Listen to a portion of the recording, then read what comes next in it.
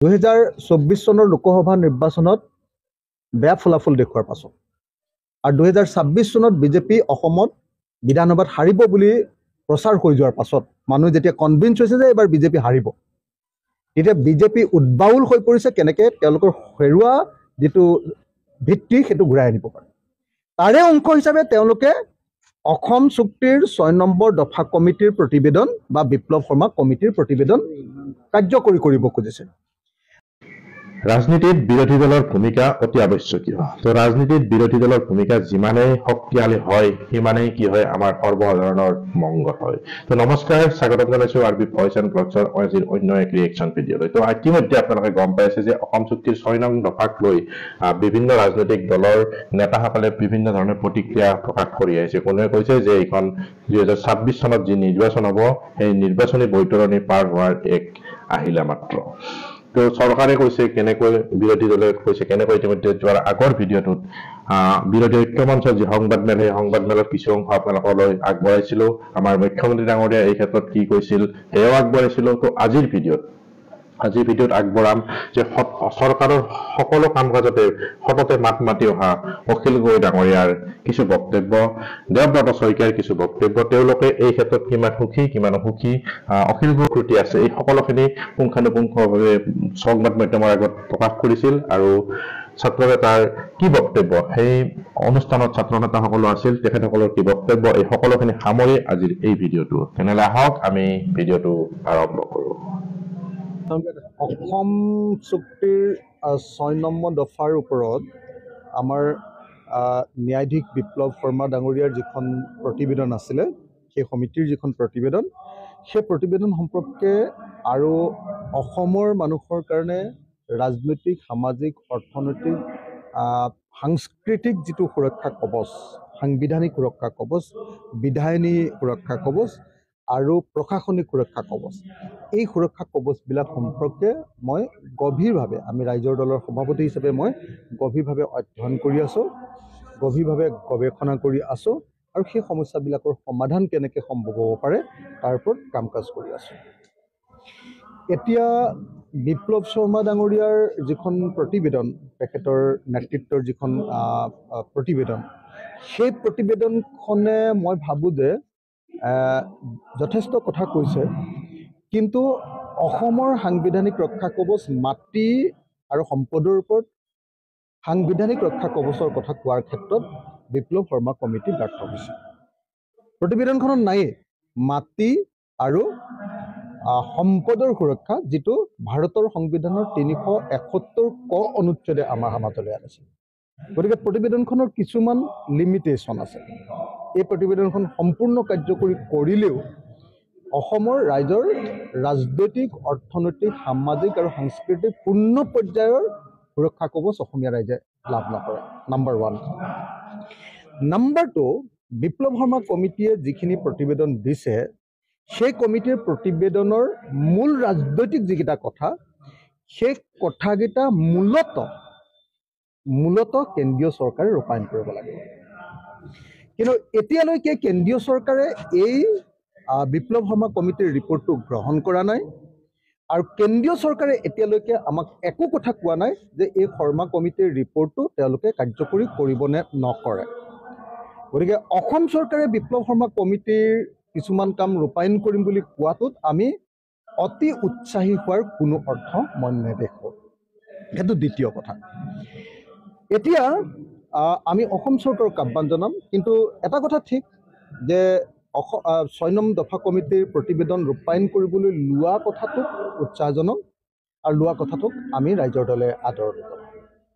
সঁচাকৈ যদি 6 নং দফা কমিটিৰ প্ৰতিবেদন ৰূপায়িত হয়, কাৰ্যত ৰূপায়িত হয়, আখৰে আখৰে পালন হয়, যদি ইনটোটো পালন হয়, সম্পূৰ্ণৰূপে পালন হয়, তেতিয়াহ'লে অসমৰ কিছু সমস্যাৰ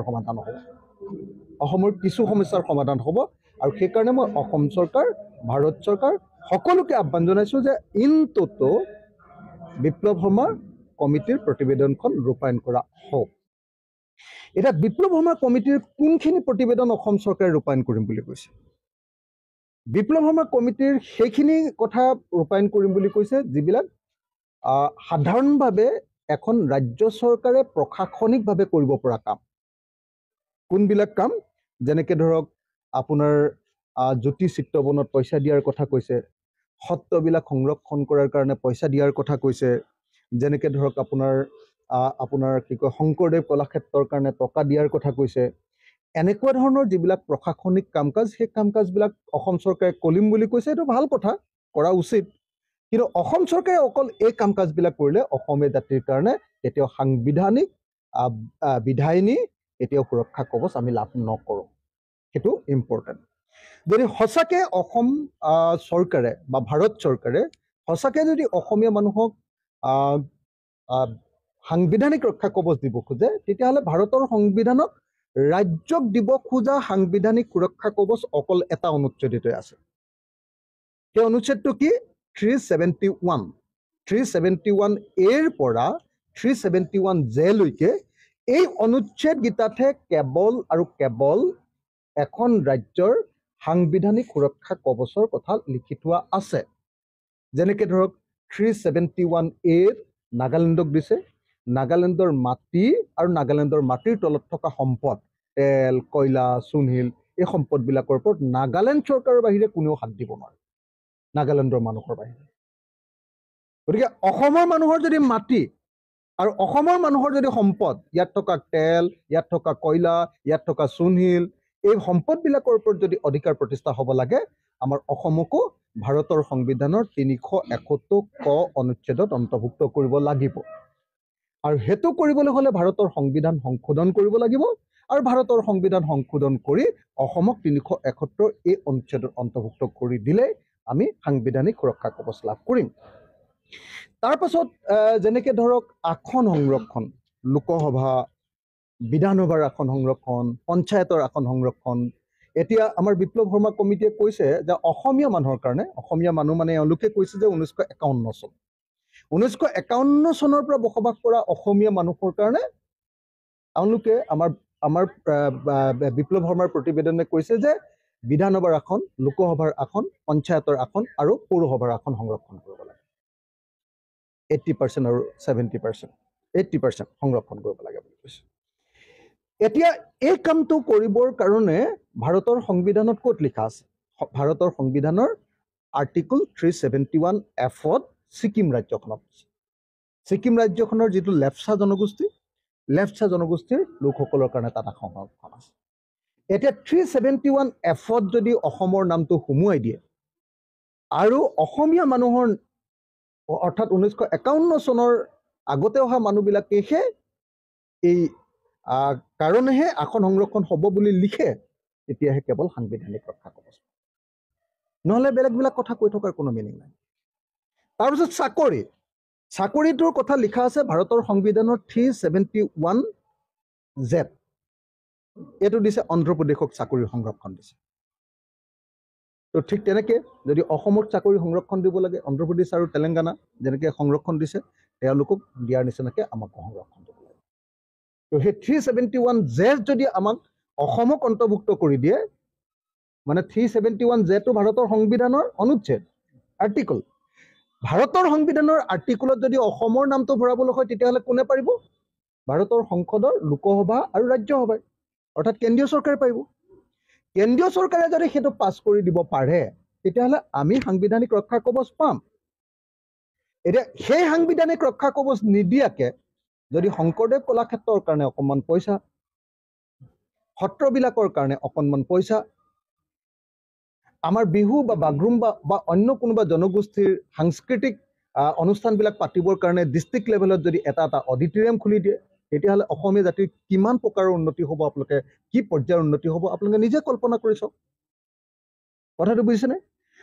এতিয়া মই ভাবোঁ যে আচলতে বিজেপি চৰকাৰে 2024 চনৰ লোকসভা নিৰ্বাচনত বেয়া ফলাফল দেখুওৱাৰ পাছত আৰু 2026 চনত বিজেপি অসমত বিধানসভাত হাৰিব বুলি প্ৰচাৰ হৈ যোৱাৰ পাছত মানুহ যেতিয়া কনভিন্স হৈছে যে এইবাৰ বিজেপি হাৰিব, তেতিয়া বিজেপি উদ্বাউল হৈ পৰিছে কেনেকৈ তেওঁলোকৰ হেৰুৱা যিটো ভিত্তি সেইটো ঘূৰাই আনিব পাৰে।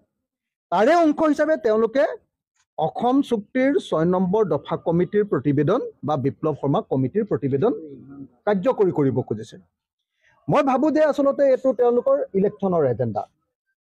তেওঁলোকে দেখুৱাব খুজিছে যে ইলেকশ্যনৰ এজেণ্ডা মানে অসমৰ জাতীয়তাবাদী মানুহবিলাকক, অসমক ভালপোৱা মানুহবিলাকক, অসমৰ কাৰণে ভবা মানুহবিলাকক, থলুৱা মানুহৰ কাৰণে ভবা মানুহবিলাকক যাতে আকৰ্ষিত কৰিব পাৰি তাৰ কাৰণে তেওঁলোকে এই এজেণ্ডাটো লৈছে। কিন্তু মই আশা কৰিম যে এইটো অকল বিপ্লৱ শৰ্মা কমিটিৰ প্ৰতিবেদন ৰূপায়ণৰ বিষয়টো অকল ৰাজনৈতিক গিমিক নহওক, ৰাজনৈতিক চমক নহওক, 2026 চনৰ নিৰ্বাচনৰ ভোট গোটোৱাৰ কেৱল হাতিয়াৰ নহওক, এইটো বাস্তৱতে ৰূপায়ণ কৰক। আৰু বাস্তৱতে ৰূপায়ণ কৰিবলৈ হ'লে কেন্দ্ৰীয় চৰকাৰে এই বস্তুটো ৰূপায়ণ কৰিব লাগে। গতিকে যেতিয়ালৈকে কেন্দ্ৰীয় চৰকাৰে ভাৰতৰ সংবিধান সংশোধন কৰি অসমক সুৰক্ষা কৱচ প্ৰদান নকৰিব তেতিয়ালৈকে 6 নম্বৰ দফা কমিটিৰ প্ৰতিবেদন কেতিয়াও ৰূপায়ণ নহয়। আৰু সেইটো কেৱল নিৰ্বাচনৰ কাৰণে কৰা হ'ব, সেইটো নিৰ্বাচনী চমকত পৰিণত হ'ব, আৰু সেইটো অসমীয়া মানুহক আচলতে আভুৱা ভাৰিবৰ কাৰণে কৰা হ'ব। আৰু সেইকাৰণে মই 6 নম্বৰ দফা কমিটিৰ প্ৰতিবেদন ইন toto কেন্দ্ৰীয় চৰকাৰক গ্ৰহণ কৰি এইখন প্ৰতিবেদন বাস্তৱায়িত কৰিবৰ কাৰণে আহ্বান জনাইছোঁ। যোৱাকালি অসমৰ মুখ্যমন্ত্ৰী আৰু সদস্য ছাত্ৰ সন্থাৰ আলোচনাৰ পৰৱৰ্তী সময়ত এটা বাতৰি প্ৰকাশ পাইছে যে মুখ্যমন্ত্ৰী মহোদয়ে উল্লেখ কৰিছে অসম চুক্তিৰ যিখিনি বিপ্লৱ শৰ্মা কমিটিৰ প্ৰতিবেদনৰ অনুসৰি ৰূপায়ণ হ'বলগীয়া বিষয়, এই ক্ষেত্ৰত বৰাক ভেলীক আওতাত ৰখা নহয়। ইয়াৰ পূৰ্বে তেখেতসকলৰ দলৰ ফালৰ পৰা কোৱা হৈছিল অসম চুক্তি আখৰে আখৰে ৰূপায়ণ কৰা হ'ব।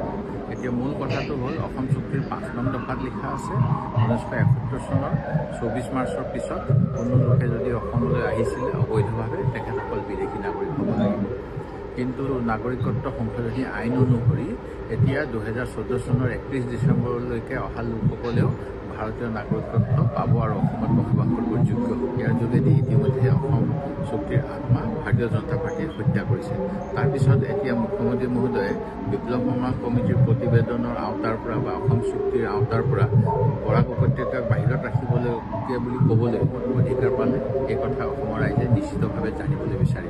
মই ভাবোঁ হয়তো অসম ছাত্ৰ সন্থাইও মুখ্যমন্ত্ৰী মহোদয়ক তেখেতৰ এই বক্তব্যৰ কি যুক্তি এই বিষয়ে প্ৰশ্ন কৰিছোঁ। কাৰণ অসম চুক্তি অনুসৰি যদিহে কথাখিনি আমি চিন্তা কৰি চাওঁ তেতিয়াহ'লে 71 চনৰ 24 মাৰ্চৰ পিছত অহা কোনো লোকে ভাৰতীয় হিচাপে অসমত থাকিব নোৱাৰে।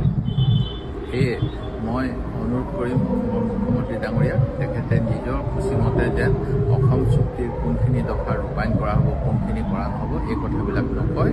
আৰু অসম চুক্তি সকলোৱে মানি লৈছিল, সেই গতিকে এই চুক্তিখন আখৰে আখৰে ৰূপায়ণ কৰাটো তেখেতসকলৰ দায়িত্বে আমি নাগৰিকত্ব সংশোধনী আইন বাতিল কৰাৰ দাবী জনাইছোঁ আৰু অসম চুক্তি আখৰে আখৰে ৰূপায়ণ কৰিবলৈ মুখ্যমন্ত্ৰী মহোদয়ক প্ৰত্যাহ্বান জনাইছোঁ। After the historic Assam movement, when Assam Accord was signed, Clause 6 of the Accord provides for legislative, administrative and constitutional safeguard for the Assamese people. After 4 decades, for last 4 decades, the Assamese people have been fighting on the streets, demanding constitutional safeguard from the central government as well as the state government. In this regard, the Central Home Ministry had formed a high-level committee headed by retired Justice Biplab Sharma. That committee has already submitted its report 4 years back. Now the government of Assam has decided to go for implementation of that report. Today, a very crucial meeting has been held between All Assam Students Union and the government of Assam under the chairmanship of Honorable Chief Minister of Assam. From this report, we have found out that there are all total 67 recommendations, out of which 39 recommendations fall under the purview of the state government, and 39 fall under the purview of the state government. There are 12 recommendations which are jointly fall under the purview of center and the state, and there are 16 recommendations which are exclusively under the purview of the center. So all total there are 67 recommendations. Today in this discussion we have decided that the recommendations which fall under the exclusive purview of the Assam government, that will be executed within next April, that is April 2025, and for that the action plan will be made jointly by All Assam Students Union and the Assam government. That action plan will be made within 60 days, and for 12 recommendations that are jointly under the purview of center and the state, For those recommendations as well, the state government's part will be executed simultaneously, and for those joint recommendations as well, the action plan will be made by Government of Assam and All Assam Students Union in next 60 days. Then for finalizing that action plan on 25th of October, this committee will sit again for a discussion, and for the exclusively for the 16 recommendations that fall exclusively under the purview of center that need constitutional amendment as well. Today in this meeting we have decided that a tripartite talk should be proposed between All Assam Students Union, the state government and the central government, and the state government will request the center to expedite the process of implementing the 16 recommendations that exclusively fall under the purview of the center. Thank you. See, all total there are 67, and out of that 39 fall under the purview of state government. State government has agreed to implement all of them. There are 12 that jointly fall under the purview of the center and the state. And for those 12 recommendations, the necessary works that is to be done by the state government, they will do it simultaneously with the other 39 recommendations that fall under the purview of the state.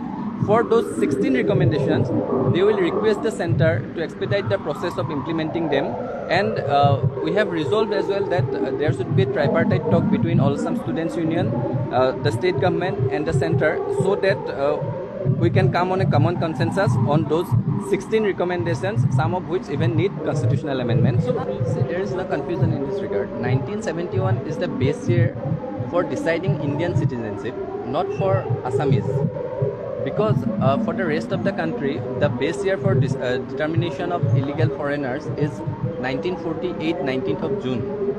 After the completion of the Assam movement, when Assam Accord was signed, on behalf of the entire nation, Assam alone have taken the burden of 23 years of additional migrants, that is up to 1971. So those who resided in Assam before 1971, they need safeguard for accepting that additional burden of the migrants. Chapter 6 of this report given by Biplab Sharma committee, it is clear. It has mentioned 4 categories. There is one, the indigenous Assamese people residing in Assam before 1951, indigenous tribal people residing in Assam before 1951, other indigenous communities residing in Assam before 1951, and all other Indian citizens residing in Assam since 1951, before 1951, and their descendants. So it is clearly mentioned in the report. There is no confusion in this regard. See, this recommendation, the purview of this recommendation extends to entire state of Assam. So the issues that specifically deal with Barak Valley or the 6 scheduled areas, there is scope for discussions, and this is only the initial stage of discussion. After that, periodic discussions will be held with the state government, and one tripartite talk will be held with the central government as well. So in the process of discussion, these issues will come and will resolve them amicably. See, it is not about being hopeful, but we are convincingly of this belief that to safeguard the interest of the people of Assam, that is the indigenous people of Assam, reservation with regards to political right and reservations with relation to job, these are must. Reservation not only in local bodies, starting from local bodies to assembly to parliament, we need reservation. The committee suggests for 80% of reservation. The demand of ASU is still firmly 100% reservation we want.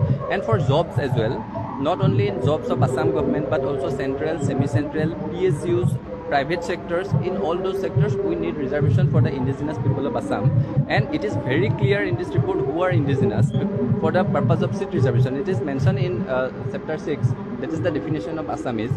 So these are the issues that particularly need amendment of the constitution. That is why we have proposed for a tripartite talk with the central government, and we believe that for the protection of the indigenous people of Assam, center will admit them.